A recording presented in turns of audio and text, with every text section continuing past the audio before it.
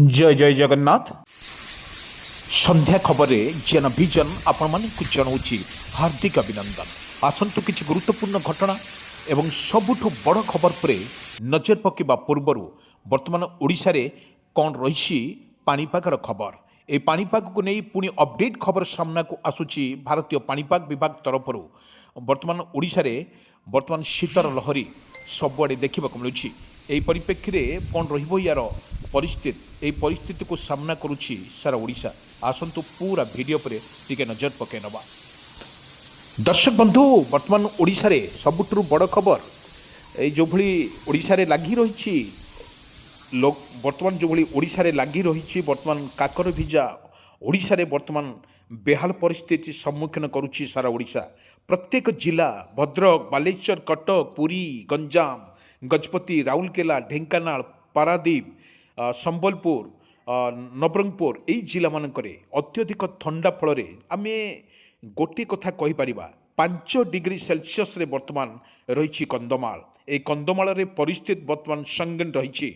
ओडिशार कोण अनुकोण रे जदि आम देखा वर्तमान शीतर लहरी वर्तमान जारी रही। गोटे पटरे पश्चिम झड़र प्रभाव आउ गोटे पटर जो भली रही ठंडा सूक्ष्म वायु प्रवेश फल वर्तमान जिले में वर्तमान लगी रही स्थिति वर्तमान संगीन रही। वर्तमान आम कि विजुअल माध्यम आम आपण मानक एक देखा दृश्य जो दृश्य रे वर्तमान ओडिशा वर्तमान बेहाल परिस्थिति सम्मुखीन करुच्ची एवं एक प्रकार जो भली भाव में स्थिति वर्तमान ओडिशा रे अच्छी ताको वर्तमान संगीन रोची। वर्तमान ओडिशा वर्तमान पश्चिम झड़ को नहीं एक विपद संकुल अवस्था पर रही। आम जब कथा कहीपर बालेश्वर ठारू भद्रक पर्यंत समस्त वर्तमान ठंडार लहरी वर्तमान चली किंतु परिवहन पक्षर वर्तमान सतर्क सूचना जारी कर वर्तमान जो भली कुहुड़ी दृश्यमान होशार ताहा वर्तमान अति विपद संकुल अवस्था रही। वर्तमान ओडिशा प्रत्येक जगार वर्तमान छक बेजक दृश्यमान होची कुहुड़ी एवं घुटी जाउची धुआलिया वर्तमान देखा जाउची। आपन को किछि विजुअल स्क्रीन माध्यम रे आमे आपन को देखौछु जो भली भाव रे ओडिशा रे जो भली रही स्थिति वर्तमान रही अति संगीन। एही परिप्रेक्षी रे वर्तमान कुहुड़ी सबुटी देखा मिलूँ। एही कुहुड़ी रे वर्तमान आज जो संध्या खबर रे जिन विजन प्रस्तुत आपण मानक पाखरे नेउछि किछि दृश्य जो दृश्य आपन देखुथिबे किछि आकाश मेघाच्छन्न रहुछि एवं आकाश मेघाच्छन्न जो पश्चिम झड़े गोटे गोटे स्थान रे बिजुली घड़घड़ी सहित वर्षा हबार मध्य संभावना अधिक रही। सेति मध्य जो पाणीपाग भारतीय पाणीपाग तरफ जो भली दि जाइए सतर्क सूचना दि जाइए कंधमाल सबुठारु रही एवं तापमात्रा जो कमी शीतर लहरी वर्तमान कमिब ताहा मध्य देखा मिल जो भली स्पष्ट करिछि पाणीपाग विभाग जो भली रही पाखापाखि गोटे 2 दिन भितर वर्तमान जो भली ठंडा अनुभूत होछि अतिक दिग ठंडा होछि पाखापाखि आउरी 7 दिन धरी चलिबो एभली एक परिस्थिति। किंतु आमे कहीपर जानुआरी प्रथम सप्ताह शीतर परिमाण कमियो बोली मध्य स्पष्ट करिछि भारतीय पाणीपाग विभाग। आम किछि दृश्य देखुछु जदि पश्चिम झड़ ओडिशा पर जदि प्रभाव पड़े जब शीतर लहरी निश्चित भाव में कमे ताले ठंडा एवं गरम भितर झिपिझिपि वर्षा मध्य हबार मध्य यथेष्ट संभावना थिबारु पाणीपाग पक्ष तरफरु मध्य सतर्क सूचना जारी करिछि भारतीय पाणीपाग विभाग। किंतु दर्शक बंधु आमे गोटे कथा कहीपर ओडिशा रे जो भली एक चली जो भली चाष समय वर्तमान चली रबी फसल चली वर्तमान पूर्वर वर्तमान ये धानर हार्वेस्टिंग समय चली किंतु सरकार तरफ मंडी खोल जाउछि। किंतु एही परिप्रेक्षी रे जदि पाग रहिबो शीतर प्रकोप अधिक रहिबो ताले निश्चित भाव में जो फसल गुड़िक रही तार कुहुड़ारे समस्त फसल गुड़िक नष्ट हो बोली मध्य आकलन करिछि भारतीय पाणीपाग विभाग।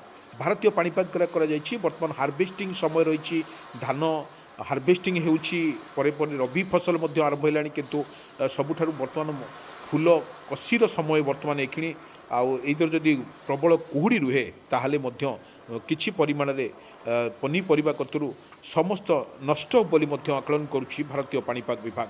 दर्शक बंधु आमे किछि दृश्य आमे आपन देखुछु जेतिगले वायु बंगोपसागर कथा कहतु आरब सागर कथा कहतु जो भली भाव बंगोपसागर जो लघुचाप जो वायु सूक्ष्म वायु भी प्रवेश करुच्ची ताहा मध्य अच्छी वायु जो प्रवेश कर ओडिशा रे ताहा निश्चित भाव में अति क्षति करिवो एवं ता ନେଇକି ଆକଳନ କରୁଛି ଭାରତୀୟ ପାଣିପାଗ ବିଭାଗ। ଏ ବାୟୁ ନିଶ୍ଚିତ ଭାବରେ ଯେଉଁ ଥଣ୍ଡା ଅନୁଭୂତ ବେଶୀ ହେବ, କାରଣ ଦେହ ଯେଉଁ ନିଶ୍ୱାସ ପ୍ରଶ୍ୱାସ ନେଲାବେଳେ ବର୍ତ୍ତମାନ ଏହି ଥଣ୍ଡା ବାୟୁ ପ୍ରବେଶ କରିବା ସମୟରେ କିଛି ରୋଗ ଆକ୍ରାନ୍ତ କରିବ ବୋଲି ମଧ୍ୟ ଭାରତୀୟ ପାଣିପାଗ ବିଭାଗ ତରଫରୁ ମଧ୍ୟ କରାଯାଇଛି।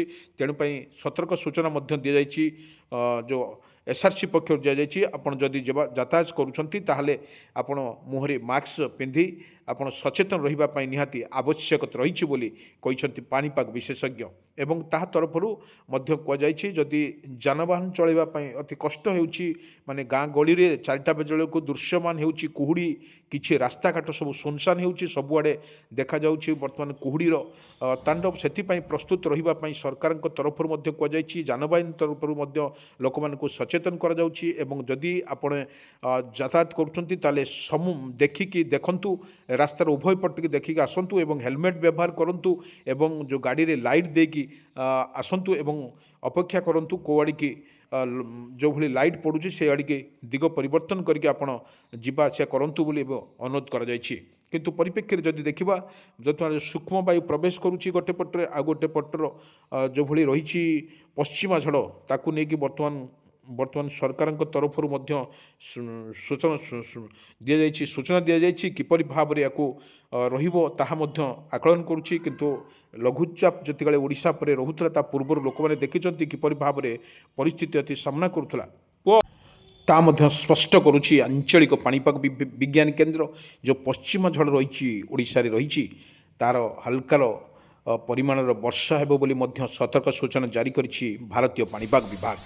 କିନ୍ତୁ ସବୁଠାରୁ ବଡ଼ କଥା ହେଉଛି, ଯେଉଁଭଳି ବର୍ଷା ଲାଗି ରହିବ ଯଦି ଓଡ଼ିଶାରେ, ତାହେଲେ ବର୍ଷାର ପରିମାଣ କମିବ ନିଶ୍ଚିତ।